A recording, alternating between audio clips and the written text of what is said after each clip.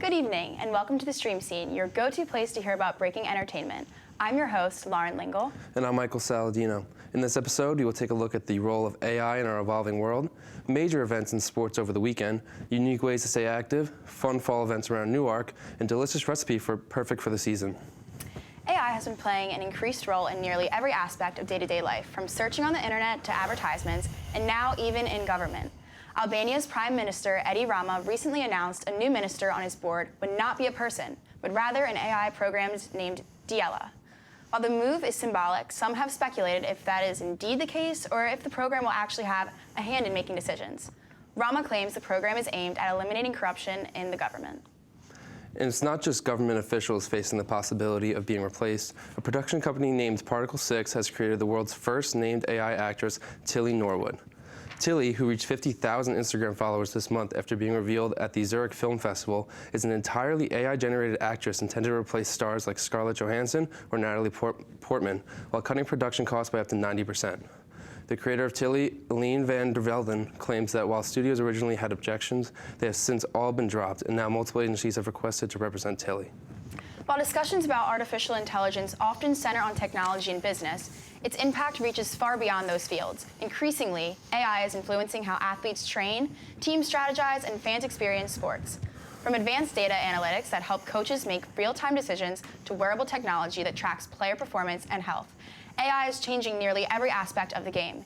Even fans are seeing the effects with smarter broadcasting, predictive insights, and immersive viewing experiences powered by AI. Speaking of sports, Michael, why don't you tell us about what happened over the past week in the world of sports? Starting in the land of the MLB, this year's World Series matchup is officially set as the Los Angeles Dodgers will take on the Toronto Blue Jays in a 7-game series. This is coming off a crazy series between the Blue Jays and the Seattle Mariners that went the full 7 games, and a historic performance from Japanese superstar Shohei Ohtani for the Dodgers. Ohtani, the two-way star, pitched 6 innings with 10 strikeouts, as well as hitting 3 home runs. These stats are straight out of a video game. Game 1 of the World Series is tomorrow night at 8 o'clock on Fox. Tonight, we have some Thursday night football action between the Minnesota Vikings and the Los Angeles Chargers in Los Angeles. The Vikings are coming off a loss this past Sunday against the Eagles and are hoping to get some help back this week by the way of Aaron Jones. Jones, the veteran running back, has been out since week 2 with a hamstring injury, and his return could add another layer to the Vikings offense that they have been missing for the last month and a half. On the other side, the Chargers look to get back in the win column after a loss last week to the Colts. The Chargers are sitting at 4-3 on the season and are favored to win this week at home. And finally, moving on to some action here on campus, the Blue Hens defeated the Middle Tennessee Blue Raiders 31-28 last night. Nick Minicucci threw for 276 yards with 4 touchdowns to help the Hens move to 4-3 on the season and 2-2 in conference. Next Saturday, Delaware's traveling to Liberty University to play the Flames in another conference game. This past Sunday, Deer Park Tavern hosted a 5K run and walk to benefit the Delaware Breast Cancer Coalition. Kayla takes us on her journey and shows us her perspective of the race. Everyone knows Deer Park for its lively nightlife, Thursday night pictures, and deep roots in the University of Delaware community. But this past Sunday, Deer Park hosted a 5K to support the fight against breast cancer.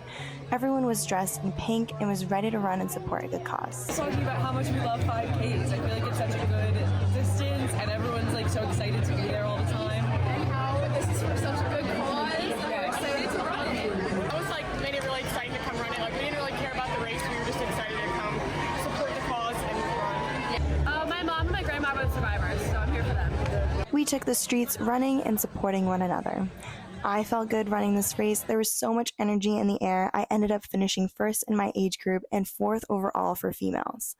Deer Park is continuing its annual Deer Park Goes Pink tradition, hosting a 5K run and walk to benefit the Delaware Breast Cancer Coalition. This year marks the 9th consecutive year the event has brought together students, locals, and runners from across the region to raise awareness and funds for breast cancer research and support services.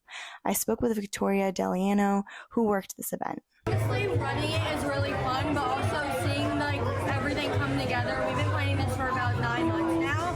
I would say it's really fun being on the other side, seeing everybody like enjoy themselves, but also running it last year was also really fun. And it's nice, like all the money that we like raise goes to like breast cancer and everything like that.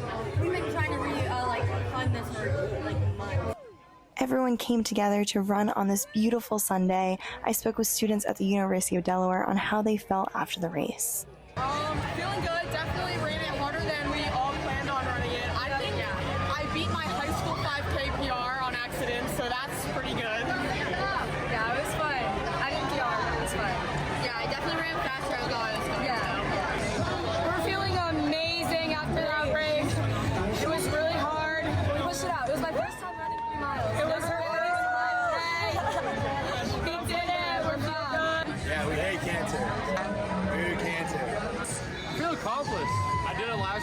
didn't feel too good afterwards last year because I spent the night out. We'll leave it at that. This year I got some sleep and I'm feeling rejuvenated, ready to kill my Sunday.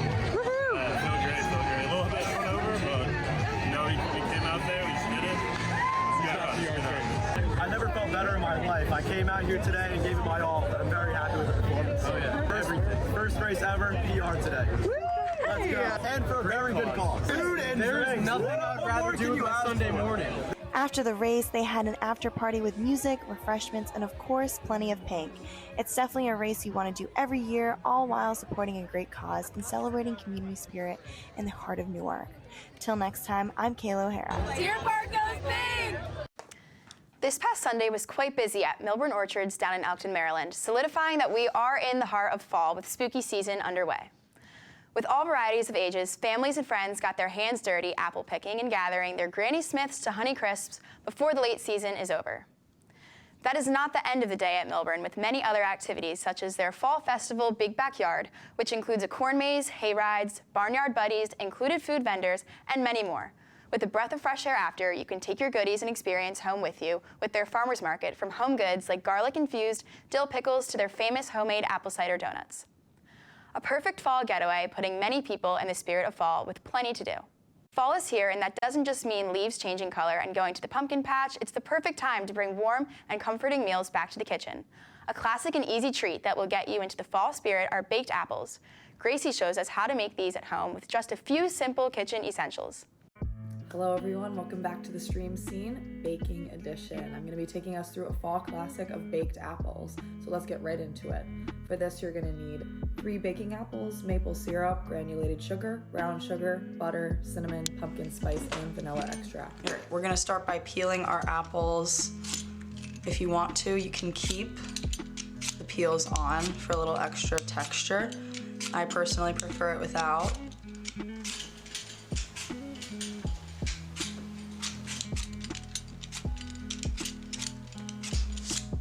Now once you have your apples peeled, you're gonna start cutting them up.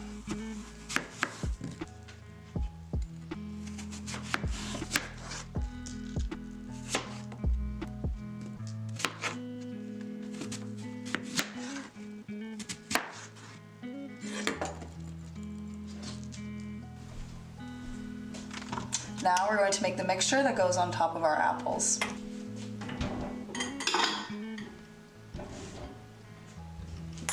You're gonna get a pretty decent sized bowl here because we are going to melt 3 tablespoons of butter. Let's preheat the oven to 400 degrees.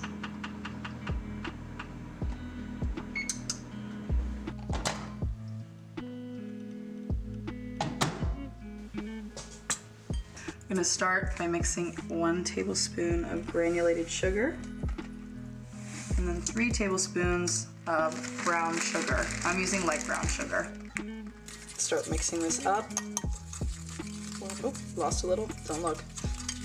We're gonna add 3 tablespoons maple syrup, a teaspoon of vanilla,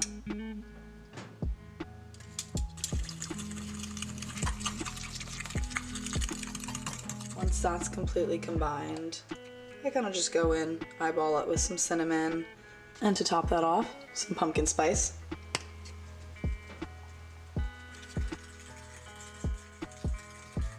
At this point, your consistency should be kind of like a loose caramel.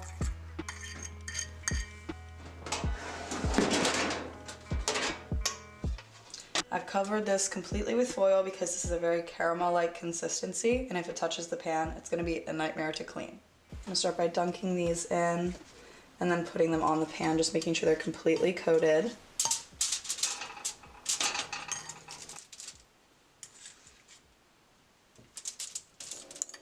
You're gonna get the last of the sauce and just drizzle it right over top. Any places that need a little extra love. All right, now we're just gonna pop this in the oven for 20 to 25 minutes on 400 degrees, flipping halfway through. All right, we're just gonna flip this real quick, shake it around.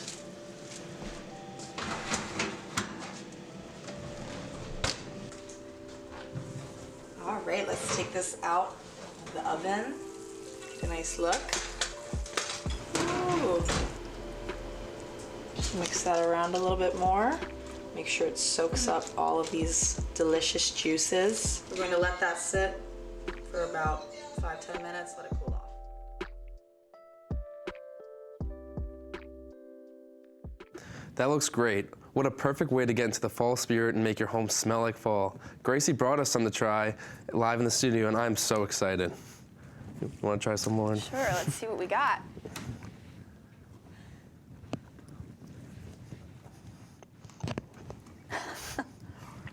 These are so good. They're my new go-to. they're actually really good. Great job, Gracie.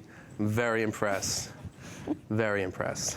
Baked apples are such an easy way to get your home and your taste buds into the fall spirit. Sometimes the simplest recipes can bring the most comfort. Thank you for tuning into the Stream Scene today. I'm Michael Saladino. And I'm Lauren Lingle. We'll see you next time.